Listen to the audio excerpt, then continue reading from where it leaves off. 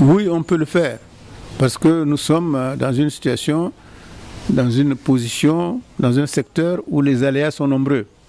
Des aléas favorables comme défavorables.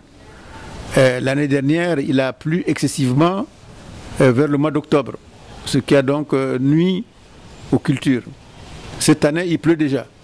Il y a des régions du sud où on a déjà semé, où ça a même poussé.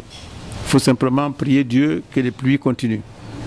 Et puis en plus, si les mesures gouvernementales que j'ai vues sont réelles, elles sont peut-être un peu tardives, notamment s'il faut acheter les semences. Ce n'est pas maintenant qu'on va acheter les semences, où va-t-on les trouver? Si ces mesures-là sont effectives et qu'elles entrent globalement en vigueur, on pourrait effectivement sauver ou limiter les dégâts dans le monde rural, en particulier dans l'agriculture. Mais je crois que le plus important dans tout ça, ce sont ces mesures d'accompagnement-là qui doivent être effectives, mais immédiatement effectives. Que la vulgarisation reprenne, que les paysans soient accompagnés, que la Coton-Tchad aussi se mette dans les rangs avec ses moyens pour faire en sorte que ce qui a toujours été les poumons du Tchad, à savoir le coton et l'agriculture, puissent réoccuper leur place, puisque vous avez vu quelle est la situation aujourd'hui du pétrole. Le prix du pétrole a chuté à zéro, remonte un peu, donc il ne faut plus compter là-dessus.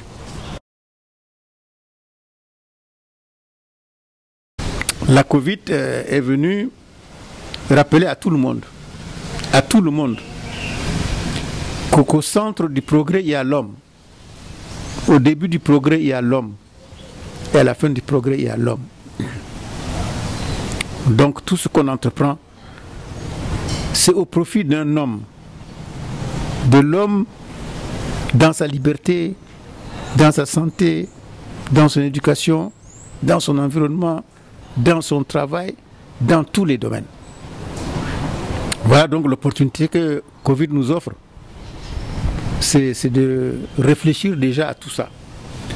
C'est pour cela que si j'étais à la place du gouvernement, et je le lui conseille, je mettrais en place des commissions multisectorielles, pluridisciplinaires, pour réfléchir aux conséquences et à la sortie de crise.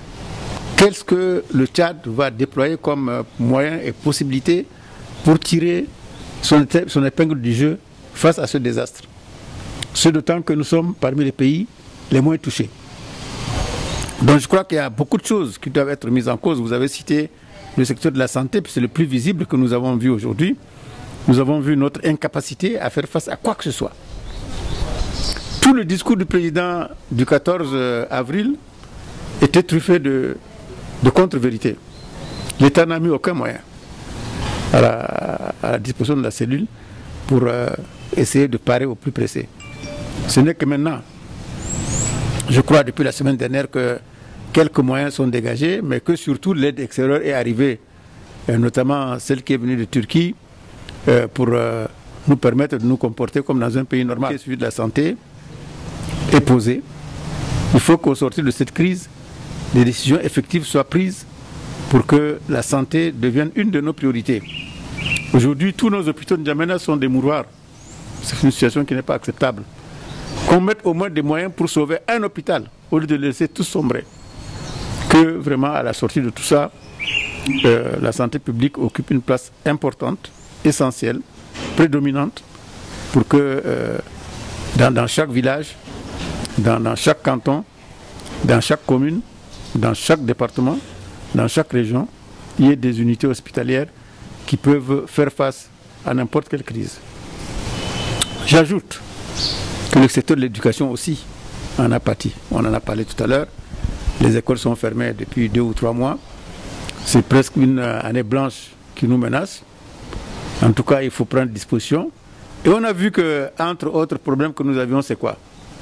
Nous n'avons pas de télécommunications nationales fiables. Nous n'avons pas un système d'internet fiable. Nous ne pouvions donc pas faire du téléenseignement ou de la vidéo-enseignement parce que nos structures sont inefficientes. Les autres, ils l'ont fait. Regardez les autres pays, même africains, hein, ils ont réussi à sauver l'année en mettant en place donc le téléenseignement qui était effectif pour tout le monde.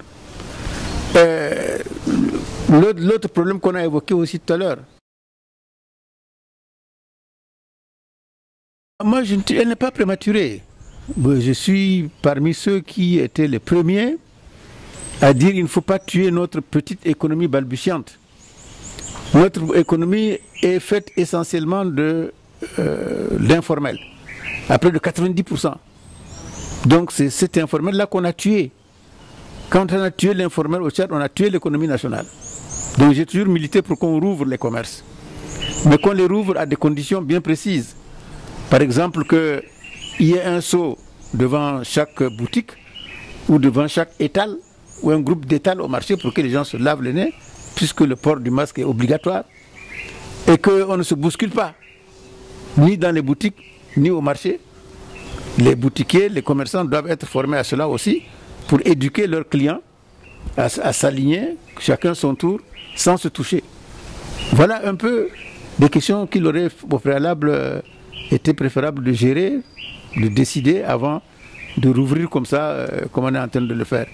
Je suis sûr que la prochaine étape, on va vous dire, sous la pression aussi des religieux, on va ouvrir les mosquées et les églises. Il y aura toujours la même affluence. Or, je voudrais attirer l'attention sur une chose. Nous ne sommes pas équipés au Tchad pour faire de la prévision en matière de Covid. Je donne un seul exemple. Des milliers et des milliers de personnes et de jeunes ont quitté N'Djamena avant le 8 mai pour soit rentrer au sud pour la plupart ou au nord, sans qu'on les vérifie, sans qu'on vérifie leur état sanitaire. Étaient-ils porteurs ou pas? Personne ne le sait. Qu'ont-ils amené dans ces régions? Personne ne le sait. Il fallait donc observer, dans un terme de 3 semaines à 4 semaines, s'il y a eu un effet négatif, par exemple, pour que ça nous permette de prendre telle ou telle décision. Je pense que tout cela n'a pas été fait dans les règles de l'art et on est en train de pratiquement piloter à vue et ce n'est pas normal.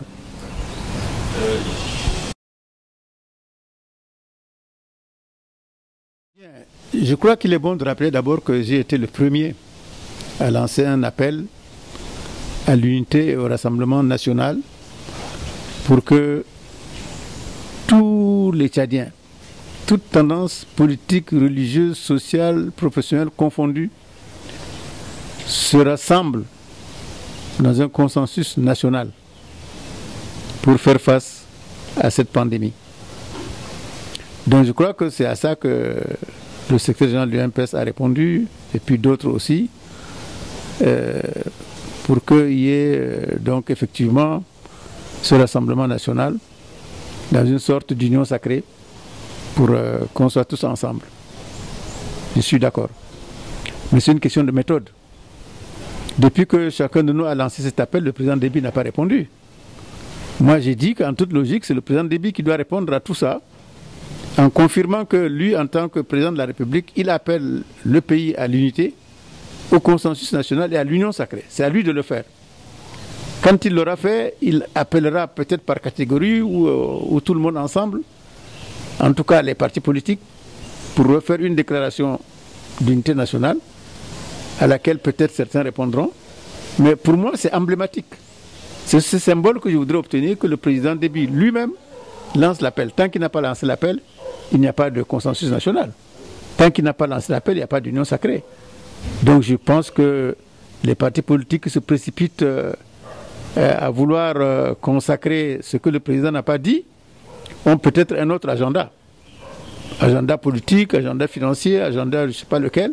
Mais en tout cas, moi je n'adhère pas à une démarche comme celle-là. Beaucoup d'autres partis politiques pensent que c'est inopportun et nous attendons l'appel du président de la République.